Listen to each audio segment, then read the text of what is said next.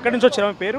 నమస్తే sir, Sharada sir. Hayath Nagar నుంచి వచ్చా సార్ నేను. దేనికోసం వచ్చారా ఇక్కడికి? ఏం సమస్య? అదే ఇల్లు, డబుల్ బెడ్రూమ్ ఇల్లు గురించి సార్. నాకు అప్లై చేసుకున్నారా? 30 ఏళ్ళ నుంచి చేస్తూనే ఉన్నా సార్. అప్పుడు కాంగ్రెస్ హయాంలో నాకు ఇల్లు లేదు కదా సార్. నేను ఎక్కడో డ్యూటీలో ఉండేదాన్ని. వాళ్ళు నేను ఆయా పని చేసేదాన్ని సార్. తర్వాత ఇప్పుడు కేర్ టేకర్గా చేస్తున్నాను నేను. ఇప్పుడు మామూలుగా కొండాపూర్లో పేషెంట్కి చూస్తున్నా సార్. గతంలో హ్యాండిక్యాప్ స్కూల్లో ఆయాగా చేసిన సార్ నేను. మా అమ్మాయి కానీ హ్యాండిక్యాపే సార్. హ్యాండిక్యాపే. మా ఆయన లేడు సార్. ఆయన పెళ్లి చేసుకుని వేరే దగ్గర ఉంటాడు సార్. నా దగ్గర లేడు. అప్పుడు వెళ్ళిపోయినాడు. నేను మా పిల్లలు పెట్టుకుని నేనే ఇద్దరు సార్. నాకు పాప బాబు.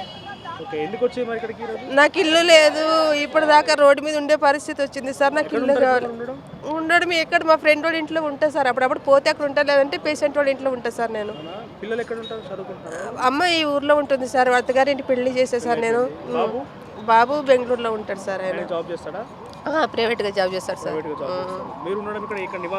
లేదు సార్. ఇప్పుడు నా పరిస్థితి ఫుట్పాతే సార్. నాకు ఇల్లు లేదు, ఏమీ లేదు. నాకు కట్టే స్తోమత కానీ లేదు.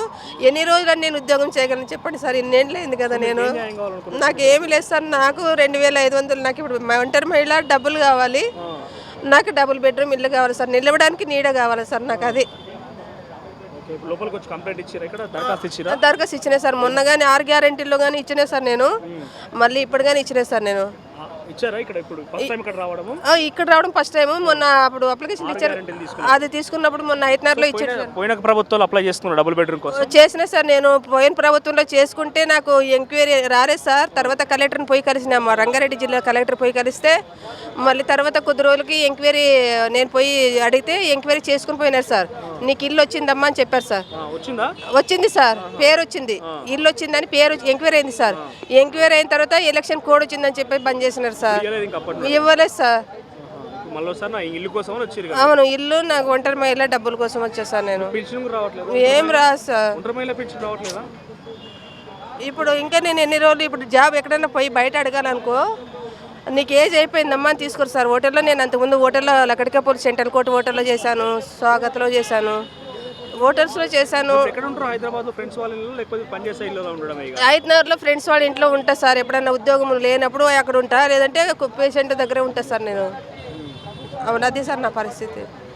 నన్ను నాకు వీళ్ళు ఉన్నప్పుడు వైఎస్ రాజశేఖర్ రెడ్డి ఉన్నప్పుడు నాకు ఆధార్ కార్డు, రేషన్ కార్డు వచ్చిండేవన్నీ అప్పుడే సార్. నాకు